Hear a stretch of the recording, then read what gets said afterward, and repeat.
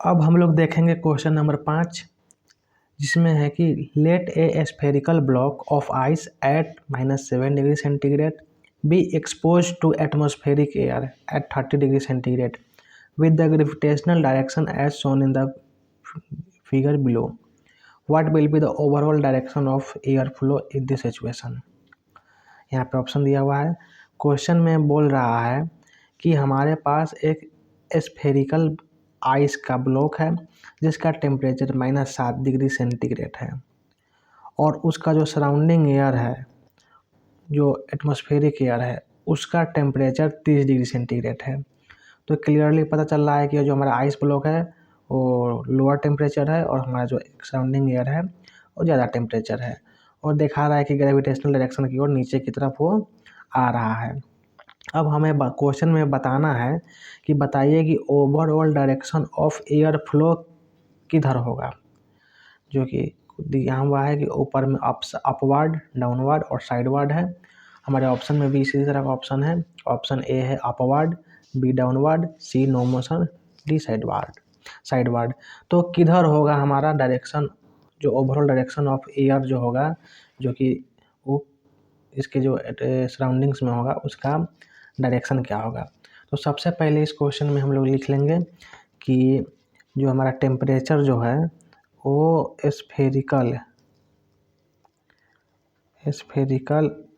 Ice block का कितना है, -7 डिग्री सेंटीग्रेड। उसके बाद जो हमारा एटमॉस्फेरिक है, एटमॉस्फेरिक एयर जो वो है हमारा 30 डिग्री सेंटीग्रेड, जो कि दिख रहा है। अब इस क्वेश्चन में हमें यह समझना है कि जो हमारा आइस ब्लॉक है वो लो टेम्परेचर पे है और वो भी ग्रेविटी के कारण नीचे गिर रहा है।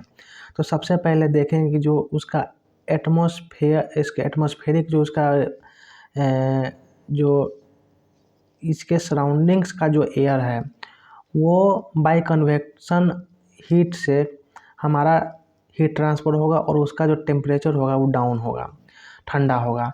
तो जो हमारा टेम्परेचर होगा किसका, एटमॉस्फेरिक जो भी सराउंडिंग एयर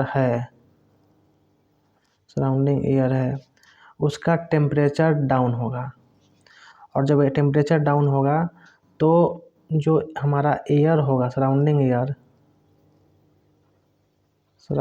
एयर उसका जो डेंसिटी होगा वो हमारा इंक्रीज करेगा। इसके वजह से टेम्परेचर डाउन होगा, और टेम्परेचर जब ठंडा होगा तो क्या होगा, उसका जो डेंसिटी होगा वो हमारा इंक्रीज करेगा, और जब डेंसिटी इंक्रीज करेगा तो इसके अगल बगल वाला जो हॉट एयर होगा वो ऊपर जाएगा, और जो हमारा जो ठंडा हवा है वो नीचे की ओर आएगा, जिसके कारण कि क्या होगा कि हमारा एयर का ओवरऑल जो एयर का मूवमेंट है वो इसके साथ साथ नीचे की तरफ आना शुरू हो जाएगा। तो हम लोग बता सकते हैं कि जो ओवरऑल डायरेक्शन जो हो जाएगा वो डेंसिटी डिफरेंस की वजह से नीचे की तरफ होगा।